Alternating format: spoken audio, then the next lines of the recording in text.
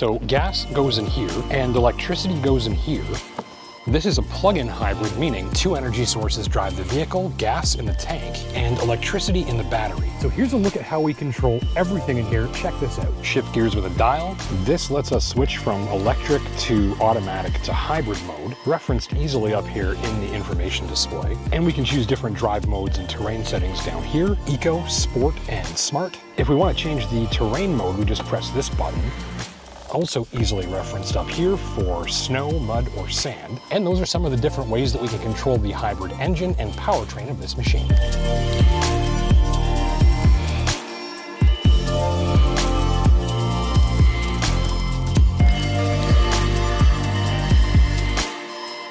A fully charged battery holds enough electricity to drive the Sportage PHEV for about 50 kilometers almost entirely on electric power. You can call this its electric vehicle or EV driving range, that is the distance you can drive like an all-electric. Once you exceed that range, the Sportage's gas hybrid engine turns on automatically and you keep on driving for hundreds of kilometers more. This is totally automatic and seamless and requires no driver decision making. If you charge regularly, trips of less than about 50 kilometers virtually stop using fuel, while longer ones are worry-free as there's never a need to plug in.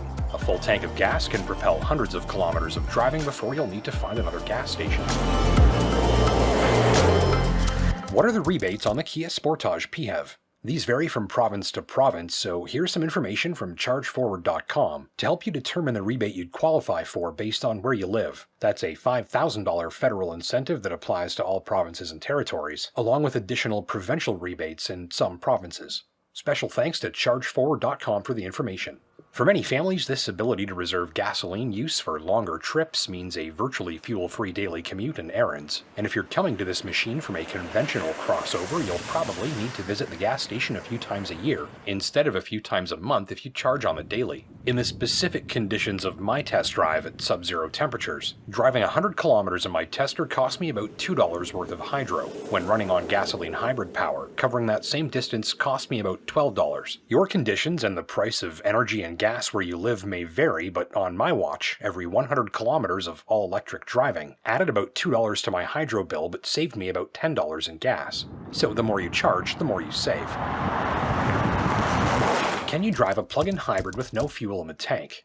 No, and doing so might cause damage to the engine and fuel delivery system that's not covered by warranty. Your plug-in hybrid will drive just fine with a depleted battery, but trying to drive it on an empty gas tank is a very bad idea. So taken as a whole, this powertrain system gives drivers a set of tools that work in sync to help minimize or eliminate the use of gasoline from a wide variety of driving situations. Averaged out over the course of a year, you can think of the Sportage PHEV as a 261 horsepower, all-wheel drive equipped crossover with a cost per kilometer comparable to a very small car. Bashing through the smashed-up crater fields that pass as roads in Sudbury, Ontario, my tester's suspension demonstrated generally well-controlled use of a generous amount of suspension travel to help smooth out the ride. Sudbury's roads, and especially the ones on the outskirts, are a vehicle suspension torture test. In my tester, they revealed a drive that could become noisier and more jarring than in some competitors on occasion, as well as suspension and road noise levels that creep up a little higher than favorites like the Subaru Forester and Buick Envision on these same surfaces. Still, my tester's cabin was delightfully free of rubbing or clicking from interior trim and panels, and the overall road feel seems tough, solid, and durable, though it's not the smoothest or quietest choice for rough road use. My tester was more than happy to cover rough ground while keeping common disturbances nicely in check most of the time. On performance, the electric motor boost is apparent from even light throttle inputs, especially in sport mode. This is neither the fastest nor most powerful crossover you'll find for the dollar, but the smooth and eager electrified throttle response adds grins to around-town driving. Riding a set of Kumho Wintercraft SUV tires, my tester was well set up for the snow. The all-wheel drive system is snappy and responsive, not shy about sending plenty of power to the rear wheels even in all-electric driving. Some plug-in models can only run all-wheel drive when the gas engine is on, but that's not the case here. So regardless of the mode or current power source you're using, drivers can expect consistent and reliable all-wheel traction. I noted a pleasing bite in slippery conditions from the all-wheel drive system with every launch, no digging or wasteful wheel spin to speak of. Compared to the Toyota RAV4 Prime, I found the response from the all-wheel drive system in the Sportage to deliver a quicker and more satisfying bite into snow and ice, with a snappier and more direct feel. In sport mode, the throttle and steering are both sensitized, making it easy for winter driving enthusiasts to steer around slippery back roads with the throttle, brakes, and some well-timed flick-of-the-wrist steering inputs if they like.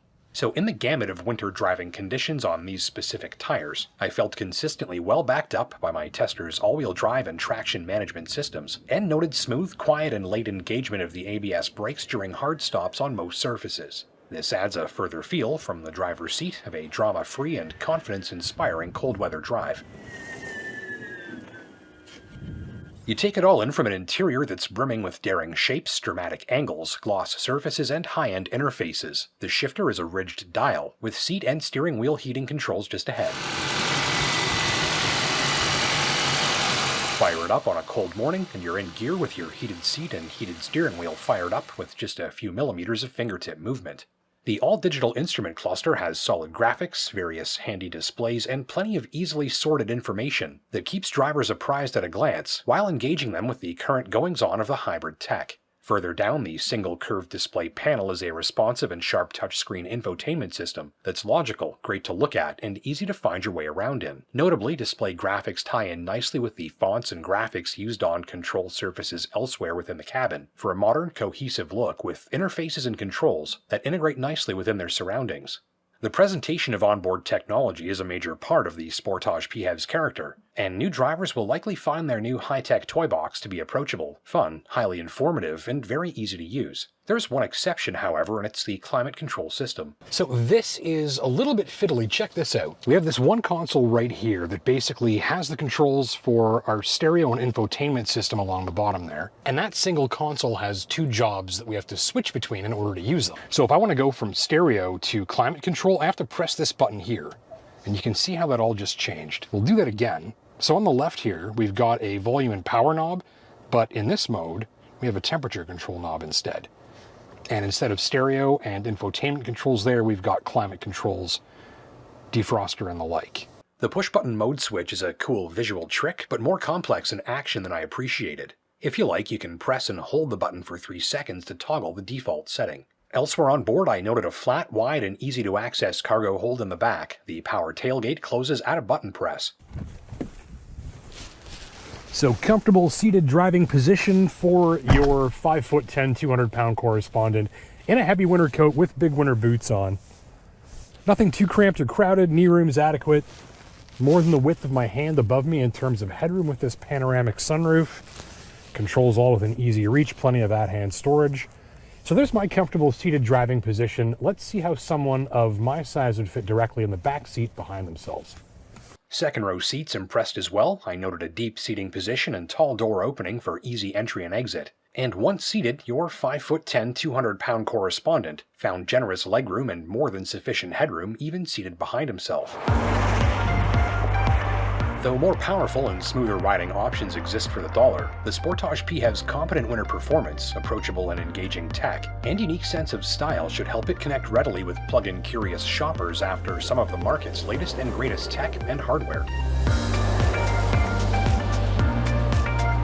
Thanks for watching. I'm Justin Pritchard for Driving.ca. Don't forget to hit that like and subscribe button down below so you never miss a new upload. And until next time, take care and drive safe.